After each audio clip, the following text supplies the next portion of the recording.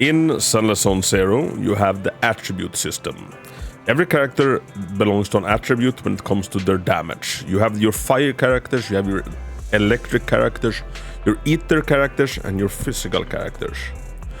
Now, when any said character deals enough of their element's damage to an enemy, that enemy will suffer from an attribute anomaly. If you deal enough electric damage to an enemy, they will become shocked. If you deal enough fire damage, they will become burning. If you deal enough physical damage, an effect called assault will trigger.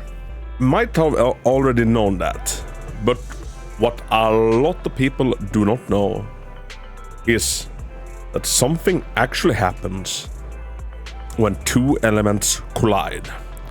So what happens when a shocked enemy also starts suffering from the assault status? Well, then something called disorder actually happens. And we are very much in the early stages of understanding disorder, but I bet everything on that disorder is gonna be meta-defining, and it's gonna become the single most biggest factor when it comes to team building and min-maxing in this game. Welcome to the channel, everybody. My name is Hako, and today I'm gonna teach you everything I've managed to pick up and learn about disorder. Now, this is a very interesting mechanic, and I actually did not know about this from the get-go. But once I knew about it, I've been researching everything I can, and I've been testing everything out in order to make this video and educate you about it. So right now there's a lot of questionable information about disorder, and a lot of guides, a lot of people will tell you different things. So what I did is I actually tried it out myself to just get rid of of the noise, and I found that some things are very much not true. For example, I found one person saying that you need to make sure to proc your element. If you're building up shock, you need to make sure that shock actually procs before you start building the other element, because otherwise the other element will overwrite it, the build-up of it. And that is not true. Your build-up is actually saved up in two separate pools, but the most recent damage done to the enemy is the one you can actually see next to the enemy. So you would be excused in thinking that the build-up kind of goes back to nothing if you inflict another element on it, but that is not the case.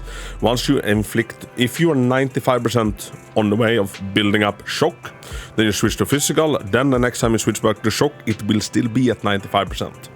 And as far as I can see, there is no it doesn't dwindle over time, and if it does, it's a long ass time. So during a battle, it should be no problem. So disorder is very, very interesting. So it's basically, how to explain it? So it's when two status elements meet, whether it's shock and assault, or shock and burning, assault and burning, then an enemy will exit out of whatever state it is in, but the payout that you get from it exiting out of its shocked state, for example, is a big chunk of damage. And now you might be thinking that when assault procs from any of your physical attackers, that's a very big chunk going off right there. Well, in a lot of cases, the disorder chunk is actually a lot bigger. But there are some things you must understand about disorder. And one of the interesting things about it, and that kind of makes a bit sense, is that the earlier you proc it, the more damage it does. Say that an enemy is shocked for 10 seconds. If you trigger disorder on second 1 or second 2, so 1-2 seconds into the shock status, it will do a lot more damage than if you procced it on second 8, for example. Now, the reason I'm saying that this kind of makes sense is that the enemy basically gets a get out of jail free card, right? Because the enemy doesn't have to be burning anymore, he doesn't have to be shocked anymore. So he gets out of jail, but he has to pay the fine. Did that make sense? And the fine gets higher the less time he stayed in there. So if he was meant to stay for 10 seconds and he gets out after 2, well, he has to pay a bigger fine, and the fine is his HP. So if you want to maximize the damage of Disorder, you really want to make sure that you're like that you built one element up to the max, or like 99 it or 95 it, so that one attack with a character can trigger it instantly. So for example, I've been using Grace, which is the best character in the game for applying the electric debuff or the electric anomaly buildup. And I'll be using Piper, which is the best character in the game when it comes to applying physical anomaly buildup. And I've tried out some different things, and the results were quite interesting. So the thing that did the absolute most damage is like when anomaly disorder works in this way. The first status dictates how much damage it does. So disorder becomes a trigger. But it's the first damage or the first status that determines how much damage it is.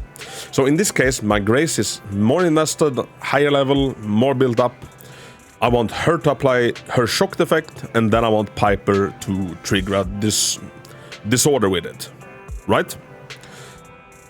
And that did a lot more damage than if Piper herself were the one that did the damage. Or that if Piper applied Assault first and then Grace came in with the shock, the damage was much lesser. So if you're going to be running a Disorder team, you need to make sure that that you trigger, or you put the Disorder or the Anomaly attribute Anomaly on that you want to trigger. It's like the biggest damage. And now my Grace is very much not built up, since I've been trying to like build every character in the game up, just in order to make guides and showcase them, and just generally play around with more people. I don't like having just one team. I want to switch around and I want to play around and learn all of the characters. So but even though my Grace is not that built, she still has some gear. And taking this gear off her and like having her go in naked,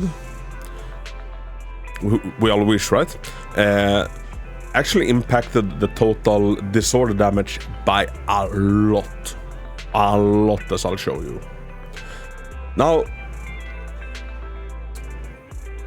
so gear seems to be like playing a big part. Like it's not, like a set value. It's like, oh, when physical meets shocked, it will do this much on the disorder. No, it's very much based on the character that applies the first anomaly. So my disorder did around 30,000 ish when I activated it quick. On Grace, like when I went in with the gear she usually uses. When I took off some of her pieces, one piece being a core disc that increases electric damage by 30%. When I took that off, the damage almost halved. Like instead I was proccing, I think 17,000 instead of 30,000 disorders. So like that's a massive difference. Like that's almost a halving of the total damage. And you can there is actually a tutorial area where you can try, where like the game actually teaches you about all of this. And you get to play around with it a bit. I think you get Anby and Billy, and you can try this out for yourself. And yeah, things to have in mind is that your most well-built anomaly character kind of want to be the first one to trigger it, and then you want to be triggering the last one, or like the disorder, as soon as humanly possible, if that makes sense. And take in mind that there might be teams, there might be scenarios where you do not want the enemy to get out of whatever state you put them in. So maybe a disorder team for certain characters is not the very best one. Who knows? I think Grace has some talents and some skills that benefits from like having shocked enemies on the team. So if you immediately take away the disorder from, or take away the shock with the disorder, some value might be lost there, but overall I think disorder is 100% worth it. And knowing about this kind of revolutionized combat for me, and like I said in the beginning, I really do think that this is gonna be meta defining. Like, if you haven't already, try out the disorder team. Do not sleep on Piper at all. And just to sum it up, so the disorder damage is based on the first status being applied. In my case, it was Grace. She applies shock. Piper comes in, deals enough physical damage to trigger assault. Assault happens. You still get the assault damage, by the way, plus disorder. Now, the faster I can apply assault after having applied shock, the better. The more damage you get. And the drop-off is pretty significant. This one counting, I waited like 5 to 6 seconds, and then the damage went from circa 30,000 to around 11,000-ish. So it drops off quite fast. So it's good to build up, whatever element you want to trigger it with, it's good to have built that up to where it's kind of ready to go before you apply the other element. But once you've done that, it's easy peasy lemon squeezy.